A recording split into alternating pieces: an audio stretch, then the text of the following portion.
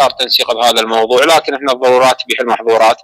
بالنسبه للاخوه اعضاء المجلس، رئيس مجلس، نائب رئيس مجلس، كنا مع الدوام، لكن مصلحه اليوم مدينتنا، مصلحه ابنائنا الطلبه، الظرف اللي يستوجب انه يتعطل الدوام، لان اكثر احياء المحافظه وكل احياء المحافظه بالوقت الحاضر تشهد تاهيل واعمال حفريات داخل الشوارع، واكثر طرق المدارس هي غير سالكه. واليوم كانت لنا زياره ميدانيه عن الاستاذ طارق المدارس الموجوده في ام الخيل الاولى، وصار تنسيق مع الدوائر الخدميه، وجهنا مديريه بلديه الديوانيه بتاجير سيارات حوضيه لسحب مياه الامطار، كذلك صار تنسيق مع شركات التاهيل مع مديريه البلديه. استاذ مهند مدير المجاري كان متواجد، دوائر المهندس المقيم، في سبيل انه فرش الطرق ماده الحصى الخابط السبويس في سبيل فتح الطرق للمدارس. احنا اليوم سلامه ابنائنا الطلبه، سلامه ابنائنا التلاميذ عندنا ضروره قصوى ومهمه جدا.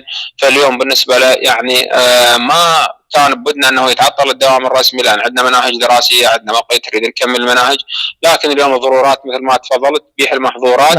هدفنا الاول هو حمايه ابنائنا الطلاب والتلاميذ، وان شاء الله اليوم راح يكون معالجه لاكثر المدارس، وان شاء الله يوم غد يستأنف الدوام الرسمي لكل المدارس بعموم المحافظه.